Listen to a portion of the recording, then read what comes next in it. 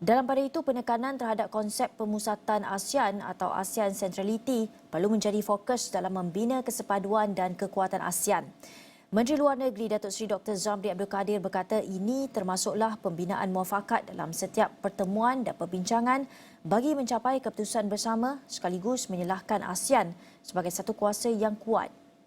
Dalam isu peta yang diumumkan oleh pihak China tentunya akan turut dibangkitkan di peringkat negara-negara ASEAN kita, kerana ini bukan hanya melibatkan Malaysia tapi juga melibatkan beberapa negara yang lain seperti Filipina, seperti Vietnam dan sebagainya, juga merupakan anggota ASEAN kita.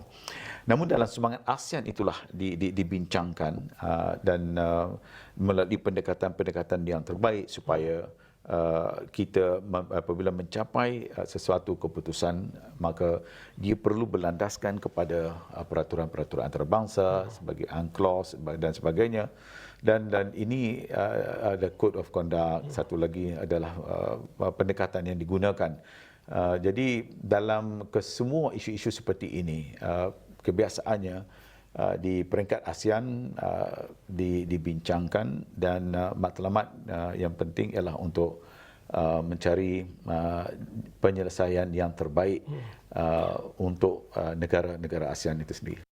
Sidang Kemuncak ASEAN ini juga, kata Zamri, merupakan ruang terbaik dalam memperkenal dan memperjelaskan agenda Malaysia Madani kepada ASEAN yang bukan hanya bersifat material tetapi turut mencakupi aspek pembangunan insan, kebersamaan dan ketinggian nilai.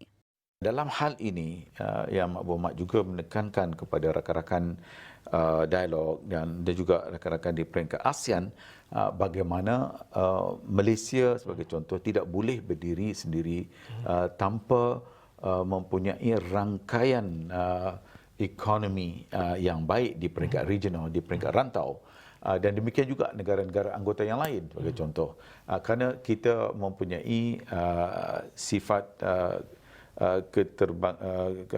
bergantung di antara melalui AFTA sebagai contoh, ASEAN Free Trade Agreement yang telah pun kita capai selama ini, untuk membawa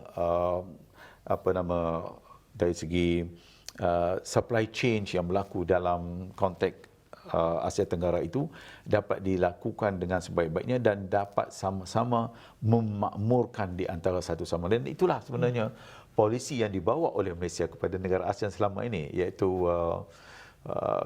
kita membangun secara bersama di kalangan negara-negara anggota kita. Dan inilah antara intipati dalam konteks Malaysia Madani, iaitu kita makmur secara bersama. Beliau mengulas tentang persidangan Kemuncak ASEAN ke-43 yang sudah berlangsung ketika ini di Jakarta dalam program Agenda Awani yang disiarkan malam Isnin.